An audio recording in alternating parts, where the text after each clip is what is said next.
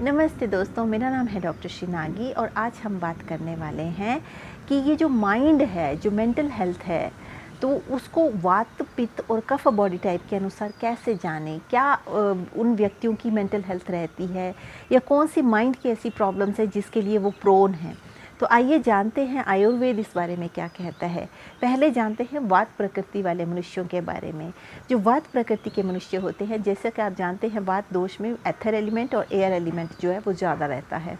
तो अगर आप इस प्रकृति के मनुष्य हैं तो आपकी एक टेंडेंसी होगी, आपको इंसोम्निया, भय, आपकी एक टेंडेंसी रहती है। वात प्रकृति वाले मनुष्यों की एक टेंडेंसी रहती है कि उनको एंग्जाइटी, चिंता की बहुत प्रॉब्लम रहती है, भय, फियर की प्रॉब्लम रहता है और नींद नहीं आना, इंसोम्निया, ये बहुत कॉमन है अगर आपकी वात प्रकृति है। होता कैसे है ऐसे? अब ऐसे है कि जब हमारी वात प्रकृति है या वात एग्रावेट हो जाता है हमारी बॉडी में और हमारी वात प्रकृति है तो वो एंग्जाइटी कॉज करती है, क्योंकि वो प्राण वायु को इम्पैक्ट करता है और उससे ओवर थिंकिंग होता है। जब ओवर थिंकिंग होता है तो वह एंग्जाइटी का रीज़न बनता है। इसके अलावा बहुत ज़्यादा टैबलेट्स देखना, बहुत ज़्यादा मोबाइल चलाना, वो भी वात दोष को एग्रावेट करता है, जिसकी वजह से इंसोम्निया या स्लीप डिस्टर्बेंस हो सकती है। इसके लिए क्या करें? इसके लिए बहुत सिंपल चीज़ है कि अपना लाइफस्टाइल जो है साधारण रखें और एक रूटीन फॉलो करें कि जिस दिन आपने एक दिन इतने बजे खाना खाना है तो अगले दिन भी ट्राई करें उसी के आसपास खाना खाएं। बड़ा सडन चेंज ऑफ रूटीन जो है उसको ना करें। इसके अलावा वार्म ऑयल, जो अभ्यंग मसाज जिसको बोलते हैं, उसका इस्तेमाल करें। योगा और मेडिटेशन और प्राणायाम, ये तीनों ही चीज़ें वात प्रकृति वाले मनुष्यों के लिए बहुत बेनिफिशियल हैं। इसके अलावा टिन कैन पैक्ड फूड ना खाएं और फ्रेश फूड खाने की कोशिश करें। अगर आपकी पित्त प्रकृति है तो जैसे कि हम जानते हैं, पित्त प्रकृति वाले मनुष्य बहुत ही result oriented, goal oriented, intellectual लोग होते हैं। ये लोग बहुत इमोशनल होते हैं और बहुत ज़्यादा अगर आप ओवर इमोशन होने की वजह से आप समझ सकते हैं कि उनकी जो टेंडेंसी रहती है एंगर, जेलसी और इरिटेबिलिटी, मतलब बहुत ज़्यादा चिड़चिड़े से होते हैं। तो ये पित्त दोष की प्रकृति है।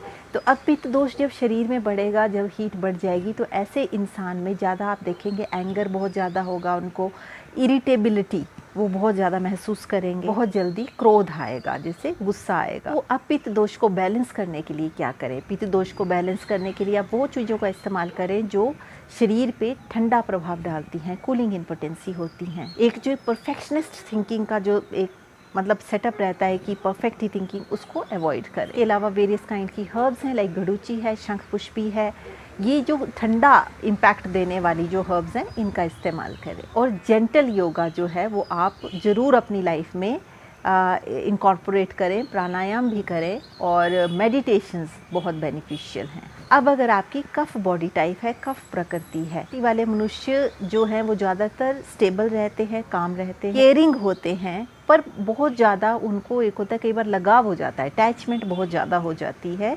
और वो प्रोन होते हैं डिप्रेशन के लिए।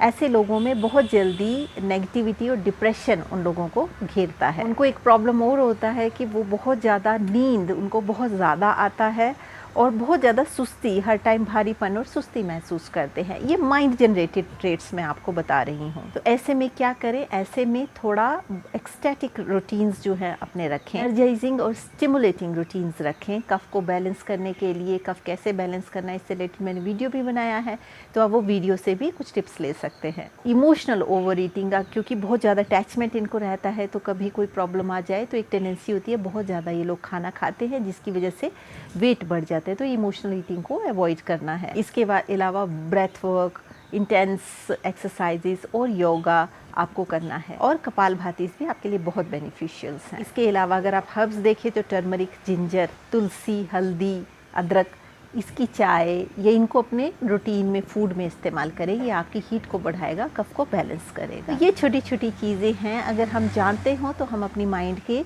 हेल्थ का ख्याल रख सकते हैं अपने प्रकृति के दोष के अनुसार। तो आज की वीडियो में बस इतना ही। अगर आप मुझे पहली बार सुन रहे हैं तो आप बेल आइकन दबा सकते हैं, सब्सक्राइब का बटन दबा सकते हैं, ताकि जब भी मैं कोई वीडियो पोस्ट करूँ तो आप तक इन्फॉर्मेशन पहुँचे।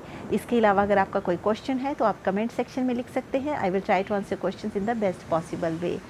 अगर आप मुझसे आयुर्वेदा कंसल्टेशन लेना चाहते हैं तो आप इस email ID पे लिख सकते हैं। I will try to schedule the consultation for you. So with this note, I would like to say stay healthy, stay blessed, take care. Bye.